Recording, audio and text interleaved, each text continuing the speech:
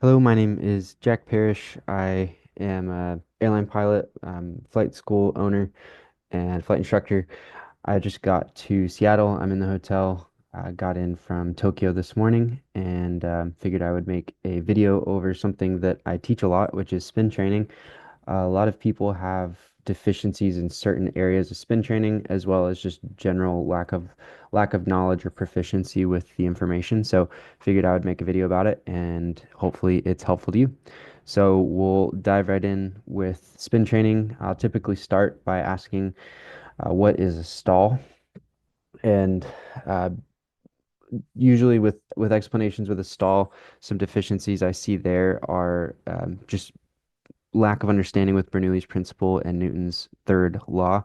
So, one in particular with Newton's third law is people will say the air is bouncing off the bottom of the wing, being deflected downwards, which it's a really crappy wing. But let's say the wing is flying in this direction.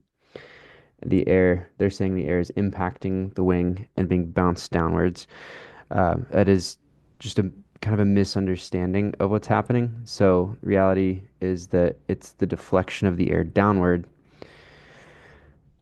and that deflection downward by the circulation of air around the wing from the high and low pressure is the downward deflection that's getting the resultant um, lift. Equal and opposite reaction there. So Newton's third law, make sure that you're not saying that it's just bouncing, deflecting off. That's really not a common occurrence in airplanes. It's not really what's happening. And then with Bernoulli's principle, um, I think just a lack of understanding of the laminar flow and separation. So, the biggest misunderstanding is that people will say that as a fluid moves faster, the pressure drops. That is not true. When a fluid moves faster, the pressure is not necessarily different. It's when a fluid is accelerated. So in the moment that it's accelerated, it has a drop in pressure, and that's why the lift is focused towards the front of the wing, and that's why we don't have uniform lift along the wing. If lift was faster at a higher, or if pressure was um, lower at higher speeds, it would be more uniform along the entire top of the wing. But it is as a fluid is accelerated, the pressure drops, and that's why our center of lift, our center of pressure, is usually fairly far forward on the wing. Okay, so two general misunderstandings there. Also, some people think that separation happens all at once. Maybe don't understand that there's buffeting and turbulent flow that starts to happen before separation. So maybe watch some videos of the airflow separating off of a wing with the threads on the top of the wing so you can get a good visual of that. So what is a stall? A stall is when the airflow over the top of the wing rapidly begins to degenerate because you have exceeded the critical angle of attack. It's important to include in the definition that you have exceeded the critical angle of attack. All right. Also, it's important to understand that when you have stalled, it doesn't mean that there is zero lift. There's just significantly less lift than is needed to support the weight of the aircraft. So when we look at the induced drag graph, it's going to look something like that. All right. So angle of attack is increasing, drag is increasing for induced drag. So somewhere, we'll just make an arbitrary line, but somewhere around there is going to be your critical angle of attack. Beyond that point, your induced drag rapidly increases and your lift rapidly decreases. All right. So still lift beyond that point, but not enough to support the weight of the aircraft. Okay. So that's a stall. And so then what is a spin? A spin is an auto rotation around the vertical axis of an aircraft that follows an uncoordinated or aggravated stall. So um, when I teach this, I like to draw out the profile of a spin. And so I'll draw it something like this. This is something you can use with a student or on a check ride. So here we have phase one, which is the entry or the uncoordinated or the aggravated stall. Different portions of FAA materials say it differently. Advisory Circular 6167 says aggravated. Other FAA materials say uncoordinated. They're both accurate. But just a stall in itself is not enough. That's not going to give you a wing drop. So we need a wing to drop as well and to give us our imbalance of lift. So after you have your entry, then you have your incipient phase. And I find the incipient phase is the one that people struggle the most to describe. So my favorite explanation that I've ever found is that the incipient phase is the transition from the horizontal flight path to the vertical flight path. Okay. So the entry, you're in horizontal flight path typically.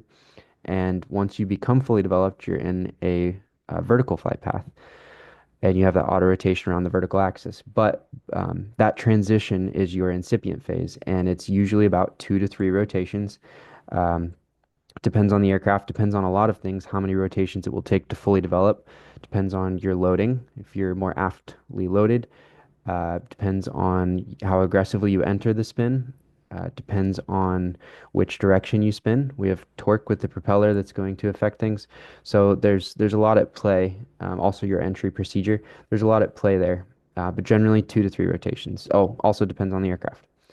All right, so there's our entry, our incipient, and then our fully developed is once we have that yawing, pitching, and rolling moment about the vertical axis, that auto rotation about the vertical axis, and it is defined by a term called auto rotation. It's an aerodynamic phenomenon called auto rotation, which describes an imbalance of lift.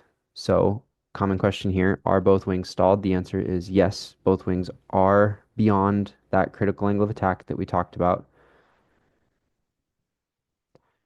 They're beyond that critical angle of attack, but there is still some lift and different amounts of lift, right? So if this is our lift here, this line, we can plot the right wing there, somewhere around there, and the left wing somewhere around there. So that's our lift line. They're both beyond that critical angle of attack, but they do still have some amounts and also varying amounts of lift. So I refer to it as like a self-fulfilling prophecy. Because you have a greater angle of attack on the upward wing, you have greater lift, therefore you have a greater angle of attack, therefore you have greater lift. And it's a self-fulfilling prophecy combined with that entire recipe. It gives you the momentum that you need to enter into the phenomenon called auto rotation, where you're basically locked into that spin. It will continue spinning until you do something or you hit the ground.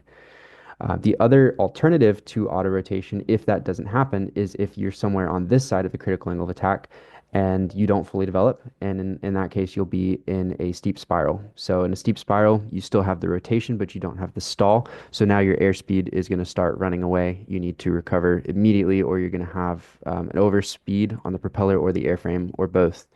So in reality, that's probably, aside from hitting the ground, that's probably the most dangerous thing that can happen in a spin situation. Um, but of course, low to the ground, it's just loss of control and impact on the ground, which is why if you look at videos online of stall spin accidents, most of them are low to the ground. All right, so moving on, there's our entry, incipient, fully developed, or steep spiral, and then finally the recovery. All right, so I know in the comments there's probably going to be people saying, no, that's not the recovery procedure to this plane, whatever. I know there's different recovery procedures. Look at the POH. If you're ever going to spin an airplane, two things. Look at the POH, spin it with somebody who has spun it before and is proficient. But for the purposes of this conversation, I'm going to talk about the airplane we use, which is Cessna 152, and that uses pair. All right. Um, so pair is power idle, ailerons neutral, rudder opposite, and elevator forward. But I don't just want to stop there. I want to ask you why each of those are a part of the recovery procedure. Why do we do it? So power to idle, why does that help us recover? So up here, I'm going to write our two spin ingredients. If you remember back to our entry, how to get into a spin, we need two things. One, we need exceeding the critical angle of attack. All right, so we're stalled. That is necessary for a spin. I'm sorry, it's really hard to do this on the touchpad on my laptop. Okay, number two, we need to be uncoordinated or aggravated. So I'm going to put plus or minus rudder. Too much or insufficient rudder is generally how that's going to happen in real life. We're just going to go with red there so I don't have to keep embarrassing myself. All right, so that's our recipe. So each item here will address one or both of those. So power idle, how does that help us to either and reduce our angle of attack or reduce our rate of rotation? So it does both. Pulling our power to idle. This is one of the more common misconceptions on the recovery procedure. Most people say it's to reduce our rate of descent, which, I mean, I guess sort of, but in reality, we are beyond the critical angle of attack. We are stalled. We're in a continuous stall in the spin here. So in reality, we want to increase our rate of descent momentarily so that we can have a net uh, reduction in altitude loss. So to do that, we need to get the nose down. Pulling the power to idle helps us reduce our pitch.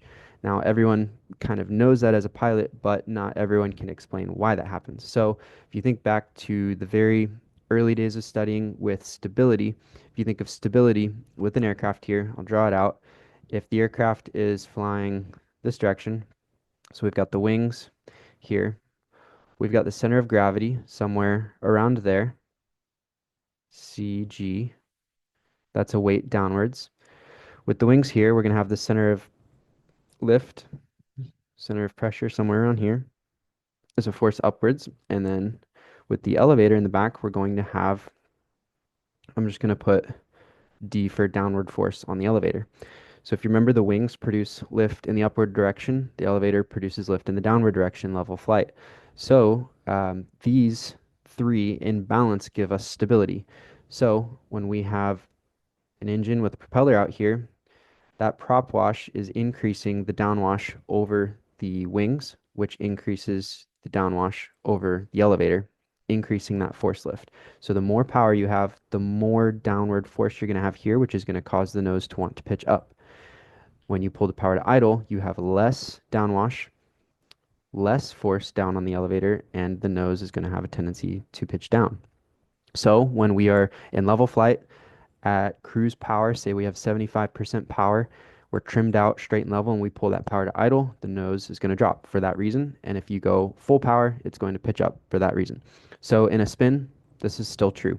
We pull the power to idle, it's going to help us get that nose down, which is what we want in a spin. If you think about flat spin is basically just an overdeveloped or aggravated spin, we want the opposite of that. We want to get the nose down. So power addresses ingredient number one. It also addresses ingredient number two when you're spinning to the left in a propeller that rotates conventionally in the United States. Of course, you know, if you're flying a Russian airplane or something, it might be different. But if your propeller spins to the right as viewed from the cockpit, then your left turning tendencies are going to be helping you spin faster to the left. So if you pull the power to idle, you reduce your rate of rotation in that direction. Spinning to the right, it's already kind of helping you out. So mainly that is a factor to the left. All right. So there's power. And then, of course, after you recover, then yes, your power's idle and you're not racing towards the ground. All right. Ailerons neutral. Clear some of this out here. Why do we want ailerons neutral? So we have our three primary control surfaces here, ailerons, rudder, and elevator.